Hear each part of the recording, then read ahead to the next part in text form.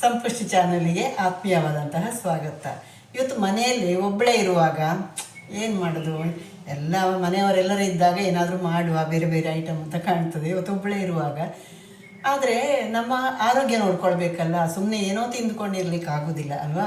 ಹಾಗಾಗಿ ನಾನಿವತ್ತು ಒಂದು ಮಿಲೆಟ್ಟಿನದ್ದು, ನಾವು ಇದನ್ನು ಮಾಡ್ತೇವಲ್ಲ, ದಾಲ್ ಕಿಚಡಿ ಮಾಡ್ತೇವಲ್ಲ, ಅದೇ ಥರ ನಾನು ಮಿಲೆಟನ್ನು ಯೂಸ್ ಮಾಡ್ಕೊಂಡು ಮಾಡ್ತೇನೆ. ಆದರೆ ತುಂಬ ಆರೋಗ್ಯಕ್ಕೆ ಏನು ಬೇಕು ಅದನ್ನು ಹಾಕ್ಕೊಂಡು ಮಾಡ್ತೇನೆ, ಮತ್ತು ಬಾಯಿಗೂ ಸ್ವಲ್ಪ ರುಚಿಯಾಗಬೇಕಲ್ಲ. ಅದಕ್ಕೆ ನಾನೀಗ ಒಂದು ಸಣ್ಣ ಕಪ್ಪಿನಲ್ಲಿ ಒಂದು ಅರ್ಧ ಕಪ್ಪಿನಷ್ಟು ನಾನು ರೋಸು ಮಿಲೆಟನ್ನು ತಗೊಂಡಿದ್ದೇನೆ. ಅಷ್ಟೇ ಪ್ರಮಾಣದಲ್ಲಿ ನಾನು ಹೆಸರು ಬೇಳೆ ಕೂಡ ತಗೊಳ್ತಾ ಇದ್ದೇನೆ. ಹೆಸರು ಬೇಳೆ ಕೂಡ ಅಷ್ಟೇ ತಗೊಳ್ತಾ ಇದ್ದೇನೆ. ಅದನ್ನು ನಾನು ಸ್ವಲ್ಪ ನೀರಿಗೆ ಹಾಕಿಟ್ಟು ಸ್ವಲ್ಪ ಅದನ್ನು ತೊಳೆದೆಲ್ಲ ಮಾಡಿ ನೆನೆಸಿ ಆನಂತರ ನಾನು ಅದನ್ನು ಮಾಡ್ತೇನೆ. ಒಂದು ಅರ್ಧ ಮುಕ್ಕಾಲು ಗಂಟೆ ಇಡ್ತೇನೆ. ಆನಂತರ ನಾನು ಅದಕ್ಕೆ ಬೇಕಾದಂತಹ ಸಾಮಗ್ರಿ ಎಲ್ಲ ಹಾಕಿ ಎಷ್ಟು ಸುಲಭವಾಗಿ ನಾನು ಬೇಗನೆ ಮಾಡ್ತೇನೆ ನೋಡಿ. ನೀವು ಕೂಡ ಒಬ್ಬೊಬ್ಬರೇ ಇದ್ದಾಗ ಇಂಥದ್ದೆಲ್ಲ ಮಾಡ್ಕೊಳ್ಬೋದು. 1 ಗಂಟೆಯಷ್ಟು ಹೊತ್ತಾಯಿತು ನಾನು ನೆನೆಸಿಟ್ಟು. ಈಗ ಇದೊಂದು ಬೇ ಲೀಫನ್ನು ಹಾಕಿದ್ದೇನೆ.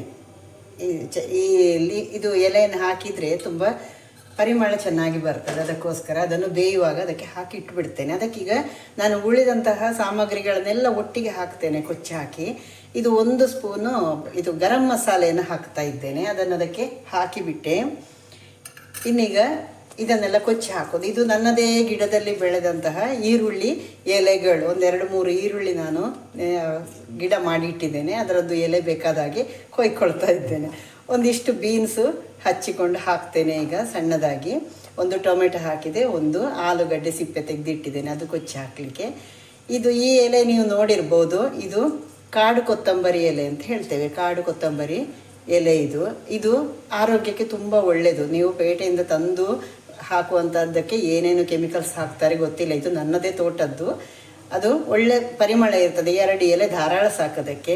ಇದು ಶುಂಠಿ ಕೂಡ ಹಾಗೆ ನಾನೇ ಗಿಡ ಮಾಡಿದ್ದೇನೆ, ಅದರದ್ದು ಒಂದು ಸಣ್ಣ ತುಂಡು ಹಿಡ್ಕೊಂಡು ಬಂದೆ. 2 ಸಣ್ಣ ಮೆಣಸು, ಇದು ಕೂಡ ನನ್ನ ಗಿಡದಲ್ಲೇ ಆದದ್ದು.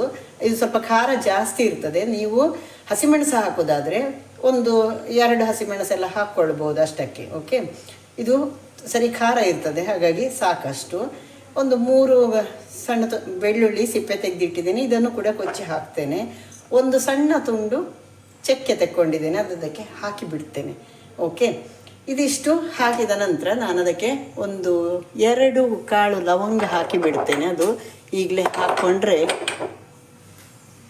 ತೊಂದರೆ ಏನಿಲ್ಲ, ಬೇಯಿಸುವಾಗ ಹಾಕ್ಕೊಳ್ಳೋದು ಅಷ್ಟೇ. 2 ಪೀಸ್. ಇದು ಪೌಡರ್ ಮಾಡಬೇಕು ಅಂತಲೂ ಇಲ್ಲ, ಅದನ್ನು ಸುಮ್ಮನೆ ಹಾಕಿ ಬಿಡೋದು ಅಷ್ಟೇ. ಈಗ ಇದನ್ನೆಲ್ಲ ಕೊಚ್ಚಿಕೊಂಡು ನಾವು ಇದಕ್ಕೆ ಸೇರಿಸಿಕೊಳ್ಳುವ. ನಿಮಗೆ ಅನ್ನಿಸ್ಬೋದು ಈಗ ನಾನು ಸಿರಿಧಾನ್ಯದೇ ಯಾಕೆ ಉಪಯೋಗ ಮಾಡ್ತೇನೆ ಅಂತ. ಸಿರಿಧಾನ್ಯ ಒಂದನೇದಾಗಿ ಏನು ಅಂದರೆ, ನನಗೆ ಶುಗರ್ ಇದೆ, ಡಯಾಬಿಟಿಸ್ ಇದ್ದವರಿಗೆ ಆದಷ್ಟು ಅಕ್ಕಿಯನ್ನು ಕಡಿಮೆ ಮಾಡಬೇಕು ಅಲ್ವಾ. ಅಕ್ಕಿ ಜಾಸ್ತಿ ಇದ್ದಷ್ಟು ನನಗೆ ಶುಗರ್ ಜಾಸ್ತಿ ಏರ್ತದೆ.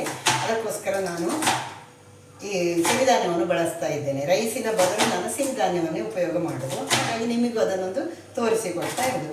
ಆದರೆ ಸಿರಿಧಾನ್ಯ ಬೇಯಿಸುವಾಗ ಒಂದು ಸ್ವಲ್ಪ ಜಾಸ್ತಿ ಟೈಮ್ ಬೇಕು, ನೆನಪಿಟ್ಕೊಳ್ಳಿ. ಮತ್ತು ಅಕ್ಕಿಯಲ್ಲಿ ಆದರೆ ನಿಮಗೆ ಬರೀ ಕಾರ್ಬೋಹೈಡ್ರೇಟ್ ಮಾತ್ರ ಸಿಗುವಂಥದ್ದು. ಆದರೆ ಇದರಲ್ಲಿ ಹಾಗಲ್ಲ, ಅದು ನೀವು ವೈಟ್ ರೈಸ್ ಯೂಸ್ ಮಾಡ್ತೀವಿ, ಅದರಲ್ಲಿ ಬರೀ ಕಾರ್ಬೋಹೈಡ್ರೇಟ್ ಮಾತ್ರ ಸಿಗೋದು.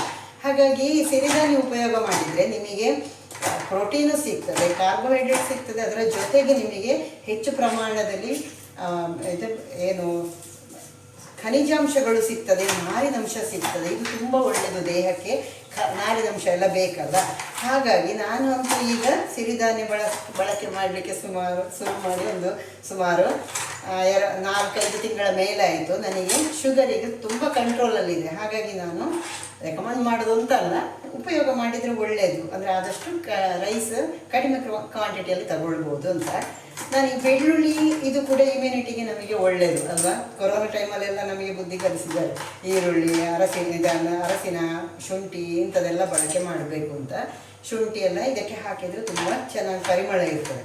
ಬೆಳ್ಳುಳ್ಳಿ ಸ್ವಲ್ಪ ಜಾಸ್ತಿ ಹಾಕಿದರೂ ತೊಂದರೆ ಇಲ್ಲ. 3-4 ಎಸಳು ಕೂಡ ನೀವು ಇಬ್ಬರಿಗೆ ಸರ್ವ್ ಮಾಡುವಾಗ ನೀವು ಹಾಕ್ಕೊಳ್ಬೋದು. ಯಾಕಂದರೆ ಅದರ ಸ್ಮೆಲ್ ಸ್ವಲ್ಪ ಪ್ರಧಾನವಾಗಿ ಇರ್ತದೆ, ಇದರಲ್ಲಿ ಒಳ್ಳೆಯದಾಗ್ತದೆ. ಎಲ್ಲ ಸ್ಮೆಲ್ಗಳು ಸೇರ್ತದಲ್ಲ, ಕೊತ್ತಂಬರಿ ಸೊಪ್ಪಿನ ಸ್ಮೆಲ್ಲು, ಇದೆಲ್ಲ ಸ್ಮೆಲ್ಗಳು ಸೇರುವಾಗ ಮತ್ತೆ ಒಂದು ಸ್ವಲ್ಪ ಅದಕ್ಕೆ ಖಾರದ ಜೊತೆಗೆ ಸ್ವಲ್ಪ ಹುಳಿ ಟೇಸ್ಟ್ ಬೇಕು, ಅದಕ್ಕೋಸ್ಕರ ಟೊಮೆಟೊ ಕೂಡ ಹಾಕಿದರೆ ತುಂಬ ಒಳ್ಳೆಯದು. ನಾವು ಎಲ್ಲ ಅಂಶಗಳನ್ನು ಹೀಗೆ ಹಾಕುವುದರಿಂದ ನಮಗೆ ಕೆಲಸವೂ ಸುಲಭ ಆಯಿತು, ಅದರ ಜೊತೆಗೆ ನಮಗೀಗ ಬೇಕಾದಂತಹ ಎಲ್ಲ ಪೋಷಕಾಂಶಗಳು ನಮಗೆ ಇದರಲ್ಲಿ ಸಿಗ್ತದಲ್ಲ. ಹಾಗಾಗಿ ಹೀಗೆ ಇದ್ದದೆಲ್ಲ ನೀವು ಮಾಡ್ಕೊಳ್ಳಿಕ್ಕೂ ಸುಲಭ. ನೀವು ಬ್ಯಾಚಲರ್ಸ್ ಇದ್ದವರಿಗಂತೂ ಇದು ತುಂಬ ಒಳ್ಳೆಯದು. ಈ ಥರದ್ದು ಮಾಡಿಕೊಂಡ್ರೆ ಸ್ವಲ್ಪ ಬಿಸಿ ಬಿಸಿಯಾಗಿರುವಾಗಲೇ ತಿಂದರೆ ತುಂಬ ರುಚಿ ಆಗ್ತದೆ. ತುಂಬ ತಣ್ಣದ್ರೆ ಇದಷ್ಟು ಒಳ್ಳೆಯದಾಗೋದಿಲ್ಲ ತಿನ್ನಲಿಕ್ಕೆ. ಸ್ವಲ್ಪ ಬಿಸಿ ಬಿಸಿ ಇರುವಾಗ ನೀವು ತಿಂದುಕೊಳ್ಬೋದು. ಎಲ್ಲವನ್ನು ಹೀಗೆ ನೀವು ಕ್ಯಾಪ್ಸಿಕಮನ್ನೆಲ್ಲವೂ ಹಾಕ್ಕೊಳ್ಬೋದು. ಆದರೆ ಹೀರೆಕಾಯಿ ಅಥವಾ ತೊಂಡೆಕಾಯಿ, ಬದನೆಕಾಯಿ ಈ ಥರದ್ದನ್ನೆಲ್ಲ ಇದಕ್ಕೆ ಬಳಸಬೇಡಿ, ಅದು ಅದರ ರುಚಿಯನ್ನು ಹಾಳು ಮಾಡ್ತದೆ. ಓಕೆ, ಅದೆಲ್ಲ ಸಪ್ರೇಟ್ ನಾವು ಬೇರೆ ನಾವು ಪದಾರ್ಥಗಳನ್ನು ಮಾಡುವಾಗ ಬಳಸ್ಬೋದು. ಇದಕ್ಕೆ ನಾವು ಹಾಕುವಾಗ ಈ ಥರ ಬೀಟ್ರೂಟ್ ಕೂಡ ಬೇಡ, ಯಾಕಂದರೆ ಬೀಟ್ರೂಟ್ ಒಂದು ರೀತಿ ಸ್ಮೆಲ್ ಬರ್ತದೆ.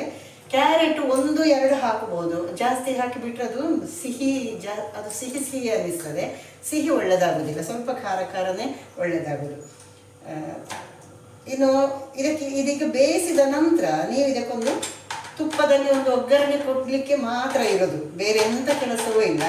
ಮತ್ತು ಸಿರಿಧಾನ್ಯ ಆದ ಕಾರಣ ಇದನ್ನು ಬರೀ 2 ಅಥವಾ 3 ವಿಸಿಲಲ್ಲ, ನಾನು 4 ವಿಸಿಲಿನಷ್ಟು ಇಡ್ತೇನೆ. ಯಾಕಂದರೆ ಸಿರಿಧಾನ್ಯ ಬಳಕೆ ಮಾಡುವಾಗ ಅದೊಂದು ಸರಿ ನೆನಪಿಟ್ಟುಕೊಳ್ಳಿ, ಸರಿ ನೆನೆಸಬೇಕು. 1-2 ಗಂಟೆ. ಈಗ ನಾವು ಬೇಯಿಸುವ ಕಾರಣ ತೊಂದರೆ ಇಲ್ಲ, ದೋಸೆ ಎಲ್ಲ ಮಾಡುವಾಗ ಆದರೆ ನೀವು 4-5 ಗಂಟೆ ಆದರೂ ಅದನ್ನು ನೆನೆಸಬೇಕು ಚೆನ್ನಾಗಿ. ಅದು ನೆನೆದ ನಂತರ ನೀವು ಗ್ರೈಂಡ್ ಮಾಡಬೇಕು, ಸರಿಯಾ? ಇದೀಗ ನಾನು ಅನ್ನಕ್ಕೆ ಇದು ಚೆನ್ನಾಗಿ ಇದು ಬೇಯಬೇಕು ಹೇಗಿದ್ರು, ಹಾಗಾಗಿ 4 ಅಥವಾ 5 ವಿಸಿಲ್ ಹಾಕಿದ್ರು ಏನು ತೊಂದರೆ ಇಲ್ಲ. ಓಕೆ, ಈಗ ನಾನು ಇದಕ್ಕೆ ಏನೆಲ್ಲ ಹಾಕಿದ್ದು, ಬರೀ ಒಂದು ತುಂಡು ಚಕ್ಕೆ ಮತ್ತು ಈ ಬೇ ಲೀಫ್ ಹಾಕಿದ್ದೇನೆ. ಅದರ ಜೊತೆಗೆ ನಾನು ಉಪ್ಪು ಕೂಡ ಹಾಕಿಬಿಡ್ತೇನೆ ಅದಕ್ಕೀಗ. ಮತ್ತು ಬೇಕಿದ್ದರೆ ನೀವು ಜಾಸ್ತಿ ಬೇಕು ಅಂತ ಇದ್ದರೆ ರುಚಿ ನೋಡಿಕೊಂಡು ಮತ್ತೆ ನೀವು ಹಾಕ್ಕೊಳ್ಬೋದು. ಸ್ವಲ್ಪ ಉಪ್ಪು ನನಗೆ ಸ್ವಲ್ಪ ಕಡಿಮೆ ಸಾಕಾಗ್ತದೆ, ನಿಮಗೆ ಬೇಕಿದ್ರೆ ಮತ್ತೆ ಟೇಸ್ಟ್ ನೋಡಿಕೊಂಡು ಹಾಕಿ, ಸರಿಯಾ? ಸಿರಿಧಾನ್ಯಕ್ಕೆ ಮಾತ್ರ ಅನ್ನಕ್ಕಿಂತ ಜಾಸ್ತಿ ನೀರು ಬೇಕಾಗ್ತದೆ. ಅಂದರೆ ನೀವು 1 ಲೋಟ ಅಕ್ಕಿಗೆ 3 ಲೋಟ ನೀವು ಯಾವಾಗಲೂ ನೀರು ಅನ್ನಕ್ಕೆ ಹಾಕೋದು ಅಂತ ಆದರೆ ಇದಕ್ಕೆ 4 ಲೋಟ ಬೇಕಾಗ್ತದೆ. ಹಾಗಾಗಿ ಸ್ವಲ್ಪ ನೆನಪಿಟ್ಟುಕೊಳ್ಳಿ. ಮತ್ತು ಇದು ಸ್ವಲ್ಪ ಲಿಕ್ವಿಡ್ ಥರನೇ ಮಾಡ್ತೇವಲ್ಲ, ನಾವು ದಪ್ಪ ಮಾಡ್ತೇವೆ, ಬರೀ ಪುಡಿ ಇರುವುದಿಲ್ಲ ಇದು. ಹಾಗಾಗಿ ಸ್ವಲ್ಪ ನೀರು ಜಾಸ್ತಿ ಆದರೂ ಏನು ತೊಂದರೆ ಇಲ್ಲ. ಇದಕ್ಕೆ ನಾನು 1 ಲೋಟದಷ್ಟು, ಒಟ್ಟು 1 ಲೋಟದಷ್ಟು ನಾನು ಹಾಕಿದ್ದಲ್ಲ, ಇದರಲ್ಲಿ ಅರ್ಧ ಬೇಳೆ ಹಾಕಿದ್ದೇನೆ, ಅರ್ಧ ಸಿರಿಧಾನ್ಯ ಹಾಕಿದ್ದೇನೆ. ಈಗ ನಾನು 3 ಲೋಟ ಅಲ್ಲ, ಸುಮಾರು 4 ಲೋಟದಷ್ಟು ನಾನು ನೀರು ಹಾಕಿದ್ದೇನೆ ಇದಕ್ಕೆ. ಓಕೆ, ಒಟ್ಟು 4 ಲೋಟದಷ್ಟು ನೀರಾಗಿದೆ ಇದಕ್ಕೆ ಹಾಕಿದ್ದು. ಈಗ ಇದನ್ನು ನಾನು ಕುಕ್ಕರಲ್ಲಿ ಬೇಯಲಿಕ್ಕೆ ಇಡ್ತೇನೆ. ಈಗ ಇದಕ್ಕೆ ನಾನು ಹೆಚ್ಚಿಟ್ಟಂತಹ ಎಲ್ಲವನ್ನು ಹಾಕ್ತೇನೆ. ಬಟಾಣಿ, ಹಸಿ ಬಟಾಣಿ, ಫ್ರೋಝನ್ ಬಟಾಣಿ ಇತ್ತು ನನ್ನ ಹತ್ರ, ಅದನ್ನು ಸ್ವಲ್ಪ ತೊಳೆದು ಅದನ್ನು ಒಂದು ಸ್ವಲ್ಪ ಹಾಕ್ತಾ ಇದ್ದೇನೆ. ಉಳಿದದನ್ನು ಕೂಡ ಎಲ್ಲ ಕೊಚ್ಚಿ ಇಟ್ಟಾಗಿದಲ್ಲ ಆಗಲೇ, ಈಗ ಇದನ್ನೆಲ್ಲ ಹಾಕಿಬಿಟ್ರೆ ಆಯ್ತು. ಇದಕ್ಕೆ ಎಲ್ಲವನ್ನು ಹಾಕಿ ಒಂದು ಸತಿ ತೊಳಸಿ ಆನಂತರ ಇದನ್ನು ಬೇಯಲಿಕ್ಕೆ ಇಟ್ಟು ಬಿಡ್ತೇನೆ. 4 ವಿಸಿಲು ಹಾಕಿದರೆ ಚೆನ್ನಾಗಿ ಬೆಂದಿರ್ತದೆ, ಸರಿಯಾ? ಇದು ಹಾಕಿ ಒಂದು ಸತಿ ತೊಳಸಿ ಬಿಡುವ.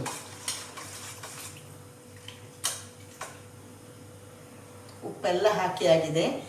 ಇದನ್ನು ಬೆಂದ ನಂತರ ನಮ್ಮ ಕೆಲಸ, ಬೇರೆ ಏನಾದರೂ ಕೆಲಸ ಇದ್ದರೆ ಮುಗಿಸ್ಕೊಂಡು ಬರೋದು. ಈ ಸಿರಿಧಾನ್ಯದಲ್ಲಿ ಮ್ಯಾಗ್ನೀಷಿಯಮ್ ಮತ್ತು ಫಾಸ್ಫರಸ್ ಕೂಡ ಇದೆ. ನಿಮಗೆ ಬೇರೆ ಯಾವ ಧಾನ್ಯಗಳಲ್ಲಿ ಇದೆಲ್ಲ ಸಿಗೋದಿಲ್ಲಲ್ಲ, ಹಾಗಾಗಿ ನಾನು ಹೇಳಿದ್ದು ಸಿರಿಧಾನ್ಯಗಳ ಬಳಕೆ ಮಾಡ್ಬೋದು. ಅದು ಚೆನ್ನಾಗಿ ಬೇಯಿಸಿಕೊಳ್ಬೇಕು. ಅದೇ ಥರ ದೋಸೆ ಎಲ್ಲ ಮಾಡೋದಾದರೆ ಚೆನ್ನಾಗಿ ನೆನೆಸಿಕೊಂಡು ನಂತರ ಗ್ರೈಂಡ್ ಮಾಡಬೇಕು. ಉದ್ದಿನ ದೋಸೆಗೆ ನಾವು ಅಕ್ಕಿ ಹಾಕಿ ಮಾಡ್ತೇವಲ್ಲ, ಹಾಗೆ ಸಿರಿಧಾನ್ಯ ಹಾಕಿ ಮಾಡಿದರೆ ತುಂಬ ಚೆನ್ನಾಗಿರ್ತದೆ. ಒಂದು ಸ್ವಲ್ಪ ಕಲರ್ ಮಾತ್ರ ಸ್ವಲ್ಪ ಚೇಂಜ್ ಕಾಣಿಸ್ತದೆ, ತಿನ್ನುವಾಗ ಕೂಡ ಏನು ವ್ಯತ್ಯಾಸ ಗೊತ್ತಾಗೋದಿಲ್ಲ.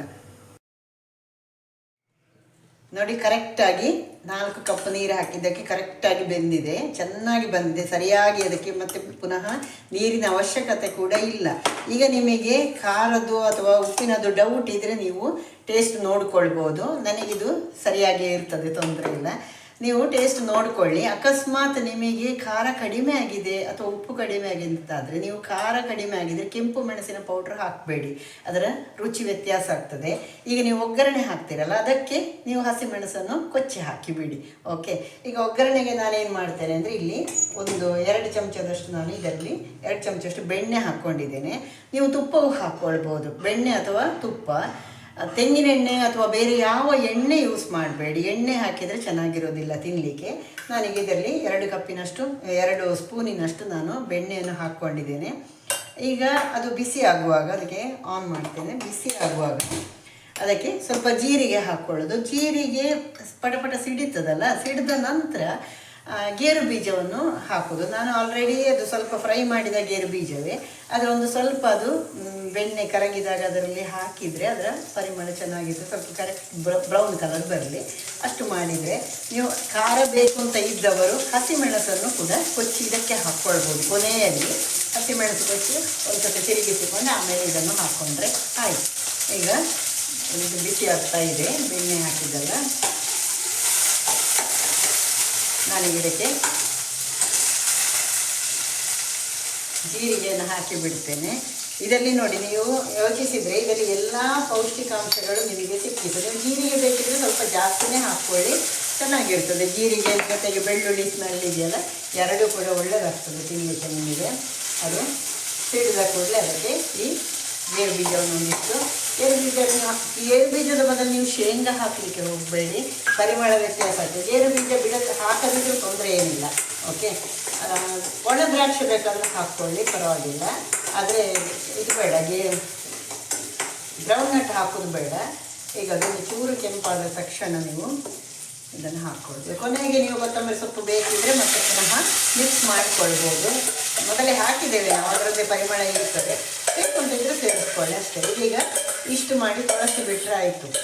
ಇದಕ್ಕೆ ಏನು ಕುದಿಯುವಂಥ ಅವಶ್ಯಕತೆ ಕೂಡ ಇಲ್ಲ. ಹೇಗೂ ಕುದ್ದದ್ದು ಚೆನ್ನಾಗಿ ಅಂದರೆ ಕನ್ಸಿಸ್ಟೆನ್ಸಿ ನೋಡಿ ಯಾವ ಥರ ಇರ್ತದೆ ಅಂತ ಗೊತ್ತಾಗ್ತಾ ಇದೆಯಲ್ಲ. ಕಲರ್ ಆಗಿ ತುಂಬ ಚೆನ್ನಾಗಿರ್ತದೆ ನಿಮಗೆ ತಿನ್ನಲಿಕ್ಕೆ. ಮತ್ತು ಎಲ್ಲ ಅಂಶಗಳು ನಿಮಗೆ, ಆಹಾರ ಏನೆಲ್ಲ ಪೌಷ್ಟಿಕಾಂಶಗಳು ಬೇಕು ಎಲ್ಲವೂ ಸಿಕ್ಕಿತು ಇದರಲ್ಲಿ. ಸಿರಿಧಾನ್ಯದಲ್ಲಿಯೂ ಪ್ರೋಟೀನ್ ಇದೆ, ಪ್ಲಸ್ ನೀವು ದಾಲ್ ಹಾಕಿದ್ದೀರಲ್ಲ, ಇದನ್ನು ಹಾಕಿದ್ದೇನೆ, ಯಾವುದು ಹೆಸರು ಬೇಳೆಯನ್ನು ನೀವು ಹಾಕಿದ್ದೀರಿ, ಗೇರು ಬೀಜ ಹಾಕಿದ್ರಿ ಅಲ್ವಾ, ಟೊಮೆಟೊ ತರಕಾರಿ ಎಲ್ಲ ಹಾಕ್ತೀರಿ, ಕಾಳುಗಳನ್ನು ಹಾಕ್ತೀರಿ. ಯಾವುದು ಕಾಳುಗಳು ಅಂದರೆ ಈ ಕಡಲೆ ಎಲ್ಲ ಚೆನ್ನಾಗಿರೋದಿಲ್ಲ, ಕಡಲೆ ಅಥವಾ ಬೇರೆ ಬಿಳಿ ಕಾಳು ರಾಜ್ಮಾ ಎಲ್ಲ ಇರ್ತದಲ್ಲ, ಆ ಥರದ್ದು ಬೇಡ. ಬಟಾಣಿ ಇದ್ದರೆ ಬಟಾಣಿ ಹಾಕ್ಕೊಳ್ಳಿ. ಓಕೆ, ಹಾಕದಿದ್ರೂ ಪರವಾಗಿಲ್ಲ. ತರಕಾರಿಗಳು ಬೇಕಾದಷ್ಟು ಹಾಕ್ಕೊಂಡ್ರೆ ನಿಮಗೆ ತರಕಾರಿ ಆಯಿತು, ದೇಹಕ್ಕೆ ಬೇಕಾದಂತಹ ಎಲ್ಲ ಪೌಷ್ಟಿಕಾಂಶಗಳು. ನೀವು ತುಪ್ಪ ಹಾಕ್ತೀರಿ ಅಲ್ವಾ, ಎಲ್ಲ ಅಂಶಗಳು ನಿಮಗೆ ಸಿಕ್ಕಿತು. ಒಂದು ಒಳ್ಳೆಯ ಆಹಾರ ಇದು ನಿಮಗೆ. ಇದಕ್ಕೆ ನೀವು ಉಪ್ಪಿನಕಾಯಿ ಸೇರಿಸಿಕೊಂಡು ತಿನ್ಬೋದು ಬೇಕಿದ್ರೆ, ಅದು ಒಂಥರ ಟೇಸ್ಟ್ ಅನಿಸ್ತದೆ. ಅಥವಾ ನೀವು ಸಲಾಡ್ ಮಾಡ್ಕೊಳ್ಬೋದು. ಸೌತೆಕಾಯಿ ಮತ್ತು ಈರುಳ್ಳಿ ಎಲ್ಲ ಹಾಕಿ ಸಲಾಡ್ ಮಾಡ್ತೀರಲ್ಲ, ಮೊಸರು ಹಾಕಿ, ಅದು ಕೂಡ ಅದು ಸ್ವಲ್ಪ ದಪ್ಪ ಮೊಸರು ಹಾಕಿ ಒಳ್ಳೆಯದಾಗ್ತದೆ. ಅದು ಕೂಡ ಹಾಗೆಯೂ ತಿನ್ಬೋದು. ಅಥವಾ ನಿಮಗೆ ಅದು ಯಾವುದು ಮೊಸರಿಂದೆಲ್ಲ ಇಷ್ಟ ಇಲ್ಲ ಅಂತಾದರೆ ನೀವು ಶಾವಿಗೆ ಇರ್ತದಲ್ಲ, ಸೇಮಿಗೆ ತಿಂತೇವಲ್ಲ ನಾವು, ಇದರಲ್ಲೆಲ್ಲ ಹಾಕ್ಕೊಂಡು ಮಸಾಲೆಗೆಲ್ಲ ಹಾಕ್ಕೊಂಡು ತಿಂತೇವಲ್ಲ, ಆ ಥರದ್ದು ಅದನ್ನು ಕೂಡ ಹಾಕ್ಕೊಂಡು ಚೆನ್ನಾಗಿರ್ತದೆ. ಅಥವಾ ಕೋಡುಬಳೆ ಸೇರಿಸ್ಕೊಂಡು ತಿನ್ಬೋದು. ಹೇಗೆ ಬೇಕಿದ್ರೂ ನೀವು ತಿನ್ಬೋದು. ಅಂತೂ ತಿನ್ನುವಾಗ ಖುಷಿಯಾಗಿ ತಿನ್ನಿ. ನಿಮ್ಮ ಆರೋಗ್ಯಕ್ಕೂ ಒಳ್ಳೆಯದು, ನಿಮ್ಮ ದೇಹಕ್ಕೆ ಬೇಕಾದಂಥ ಎಲ್ಲ ಪೌಷ್ಟಿಕಾಂಶಗಳು ನಿಮಗೆ ಸಿಗ್ತದೆ. ಓಕೆ, ಇಷ್ಟ ಆದರೆ ಸಬ್ಸ್ಕ್ರೈಬ್ ಮಾಡಿಕೊಳ್ಳಿ. ನಾನು ಹಾಕುವಂತಹ ಎಲ್ಲ ವೀಡಿಯೋಸನ್ನು ನೋಡಿ ನೀವು ಕೂಡ ಟ್ರೈ ಮಾಡಿ. ನಿಮಗೇನಾದರೂ ಇದರಲ್ಲಿ ಡೌಟ್ಸ್ ಇದ್ದರೆ, ಅಥವಾ ಏನಾದರೂ ನೀವು ಇದಕ್ಕಿಂತ ಹೆಚ್ಚಿನದು ಇನ್ನೂ ಚೆನ್ನಾಗಿ ಮಾಡ್ತೀರಿ, ಅದಕ್ಕೆ ಏನಾದರೂ ಬೇರೆ ಸೇರಿಸ್ಕೊಳ್ತೀರಿ ಆದರೆ ಅದನ್ನು ಕಮೆಂಟ್ ಬಾಕ್ಸಲ್ಲಿ ಹಾಕಿ. Okay, thank you.